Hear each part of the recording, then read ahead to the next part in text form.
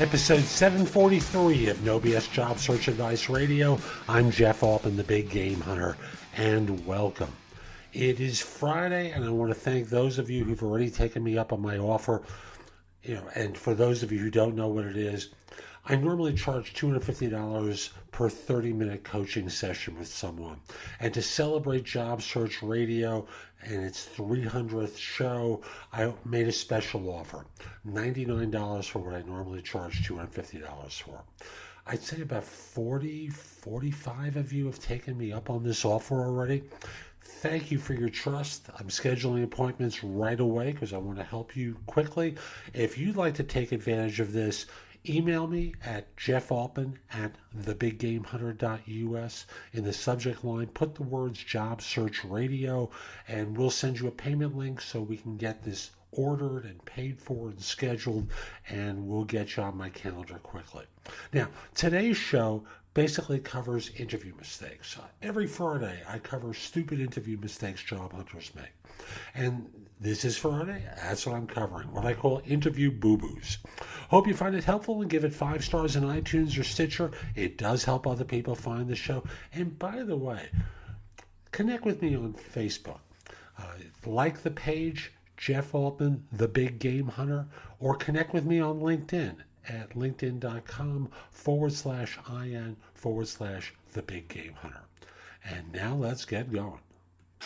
Yesterday I had one of those situations occur that sometimes show up in my business, and I thought it was a good teaching piece for you. And let me just outline the situation. I had phone interviewed someone for one of my clients about a week ago. A person lived about an hour and a half from my client's location. I was reticent to submit him, but after interviewing him and telling him that that's how far away it was, the applicant goes, "It's no problem. I've commuted longer than that." So I submit him to my client. The client wants to meet with him. I schedule a phone interview for yesterday.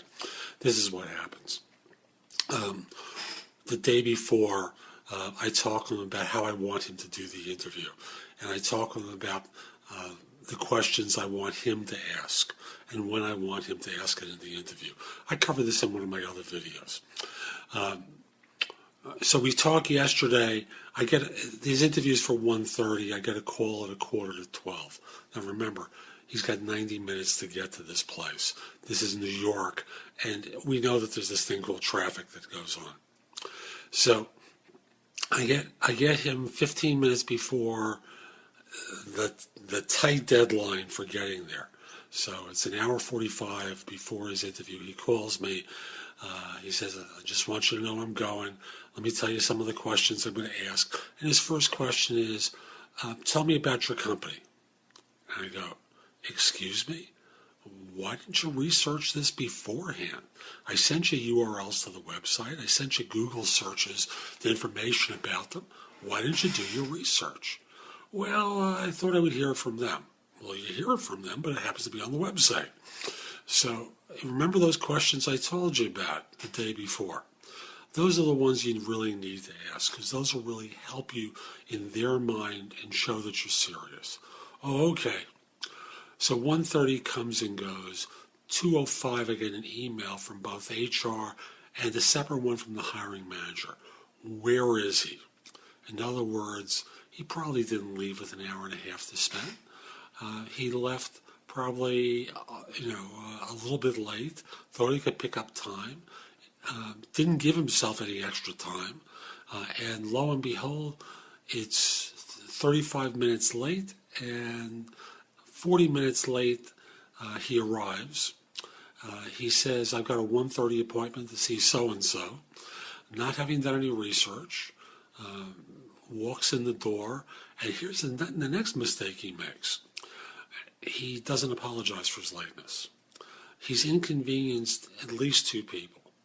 And common courtesy dictates you apologize, you explain that there was traffic, you confirm that they can still see you. You're courteous about it, just like you would be with a friend if you got there late. You don't ignore it, you apologize, right? Well, This guy walks in, and suffice it to say, by not apologizing, he's ticked off two people who, right off the bat, and with good reason, believe he's discourteous. So my advice for you is really very simple. Do your homework before your interview, number one.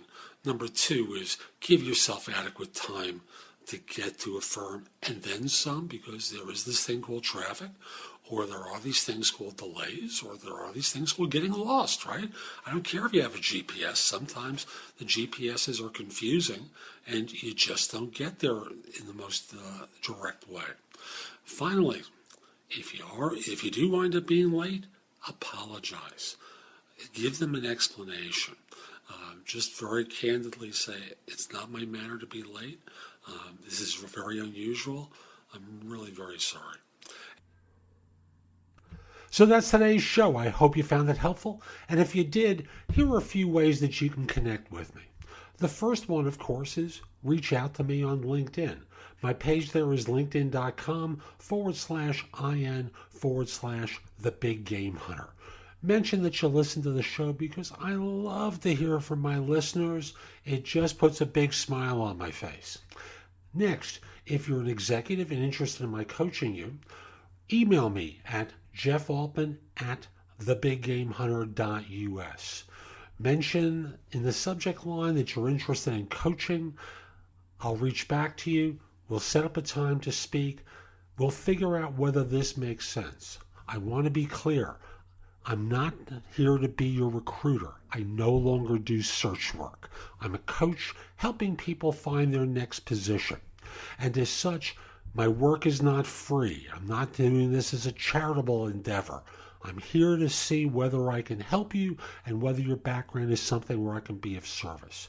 And if you're not an executive, the best place to connect with me is with JobSearchCoachingHQ.com.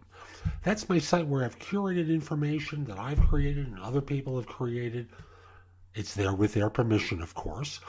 And you can ask me questions. So right now there's over 400 pieces of content there, plus the ability to ask me questions. So again, JobSearchCoachingHQ.com is that site. And by the way, and I haven't really mentioned this on the site, in addition to doing job search coaching, I also do executive coaching and life coaching. And I've done so for years. So if you're interested in that, message me again at my email address, jeffaltman@thebiggamehunter.us. Tell me about what you're interested in, and I'll get back to you and we'll talk about it. Hope you found this helpful, and in the meantime, have a great day. Take care.